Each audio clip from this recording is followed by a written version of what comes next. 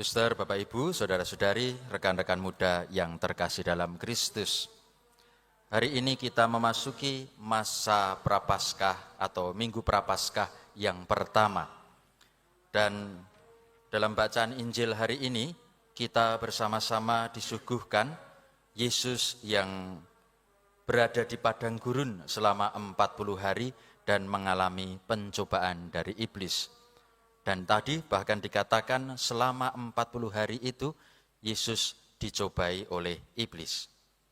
Bukan tanpa alasan mengapa pencobaan Yesus itu ditaruh di minggu pertama Prapaskah. Ini semua untuk mengingatkan saya, mengingatkan Anda, mengingatkan kita semua bahwa perjalanan 40 hari ke depan, 40 hari kita berpuasa dan berpantang, itu adalah masa-masa penuh pencobaan. Apalagi dalam masa Prapaskah itu kan kita masing-masing mempunyai puasa dan pantang pribadi. Ada niat-niat yang mau kita bangun, ada puasa yang hendak kita lakukan, ada pantang-pantang yang mau kita lakukan. Semakin kita niat, semakin kita berniat berpuasa dan berpantang, semakin kita berniat memperbarui diri, semakin kita akan digoda, semakin kita akan dicobai. Pasti itu. Bukan malah sebaliknya, ketika kita yakin, ketika kita semakin ingin memperbaiki diri, godaan akan hilang. Tidak, justru malah sebaliknya. Karena memang salah satu sifat godaan itu adalah menyangatkan kita. Maka pada permulaan minggu ini kita mau diingatkan bahwa perjalanan 40 hari itu adalah perjalanan penuh cobaan, padang gurun. Sesuatu yang hendak kita lakukan bukan dengan leha-leha, bukan dengan santai, tapi dengan perjuangan, dengan sebuah usaha yang terus-menerus yang harus kita wujudkan. Maka lalu kemudian kita disuguhkan bacaan-bacaan, terutama bacaan Injil tadi, bagaimana Yesus menghadapi cobaan itu dan bagaimana dia bisa bukan survive tapi berhasil untuk mengalahkan cobaan. Ada 3 godaan atau cobaan yang kemudian dialami oleh Yesus, godaan yang diberikan kepada Yesus. Yaitu yang pertama batu menjadi roti. Lalu yang kedua itu adalah Yesus diajak untuk ke tempat yang lebih tinggi, lalu diperlihatkan berbagai macam kerajaan. Kalau Yesus mau menyembah diberikan semuanya. Dan yang terakhir dibawa ke hubungan bait suci, kalau mau menyembah iblis semuanya akan diberikan. 3 cobaan ini Bapak Ibu dan saudara-saudari, rekan-rekan muda, itu adalah cobaan-cobaan yang sifatnya yang pertama itu adalah cobaan fisik. Yang kedua itu adalah cobaan emosional.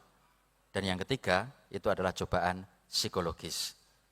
Cobaan fisik jelas tadi ya, roti lagi. Batu menjadi roti.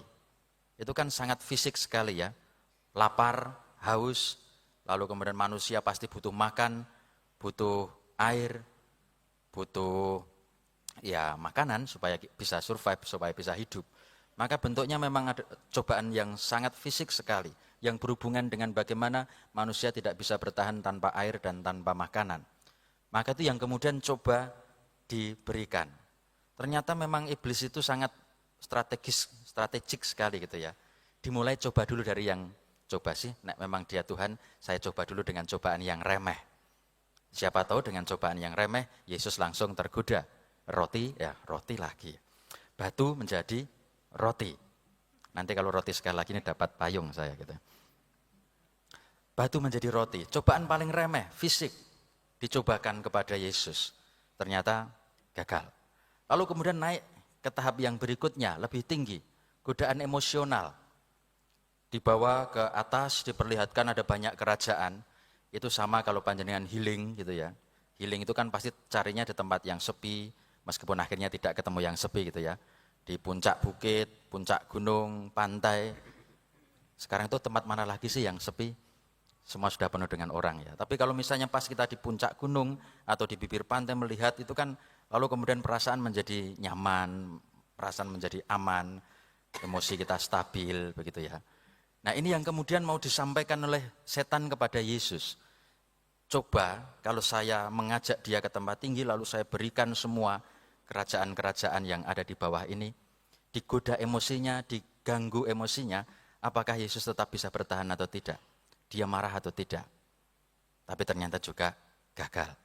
Dan akhirnya lalu pada tahap yang lebih tinggi, itu adalah diajak ke hubungan bait suci, dan akan diberikan semuanya kalau dia mau menyembah, kalau dia kalau dia turun, jatuh akan diterima oleh para malaikat. Iblis saja paham tentang kitab suci, Bapak Ibu dan teman-teman.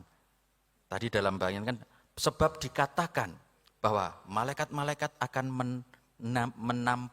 menampa, apa itu istilahnya tadi? Mana? Kok enggak ketemu? Memerintahkan, enggak ada menampanya ternyata. Memerintahkan malaikat-malaikat untuk melindungimu dan mereka akan menerima engkau di atas tangannya. Ini kan sebenarnya betapa memang iblis itu tahu cerdik mana yang harus dimasuki. Jatuh dan tidak apa-apa itu kan lalu kemudian akan menampakkan, wah luar biasa. Ada permainan psikologi bahwa perasaan, apa istilahnya ya, dipuji karena jatuh tidak mati. Ada kemudian di situ juga mungkin kalau nanti jatuh dan tidak selamat itu kan, wah jangan-jangan ini iblis ini memang sungguh-sungguh mencobai saya ini, bisa membuat saya insecure gitu ya, atau membuat saya ragu-ragu. Tetapi ternyata ya memang Yesus lebih berkuasa dari iblis, maka kemudian dia mengatakan jangan engkau mencobai Tuhan Allahmu. Bapak Ibu dan teman-teman yang terkasih, 3 hal yang dicobakan kepada Yesus, godaan fisik, godaan emosional, dan godaan psikologis. Dan itu yang kemudian juga akan kita alami. Maka kenapa Yesus digoda?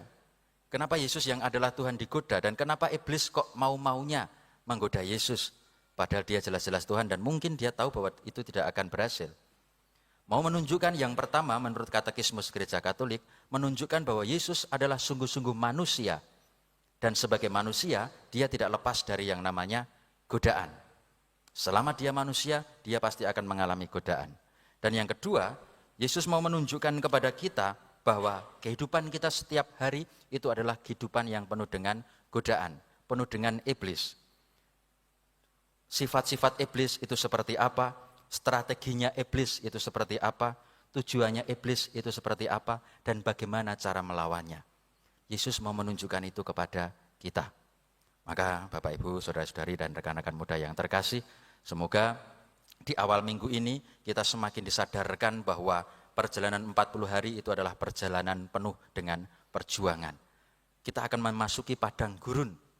Padang gurunnya Yesus itu adalah padang gurun di mana tidak ada air, tidak ada makanan, tidak ada orang, dan sebagainya.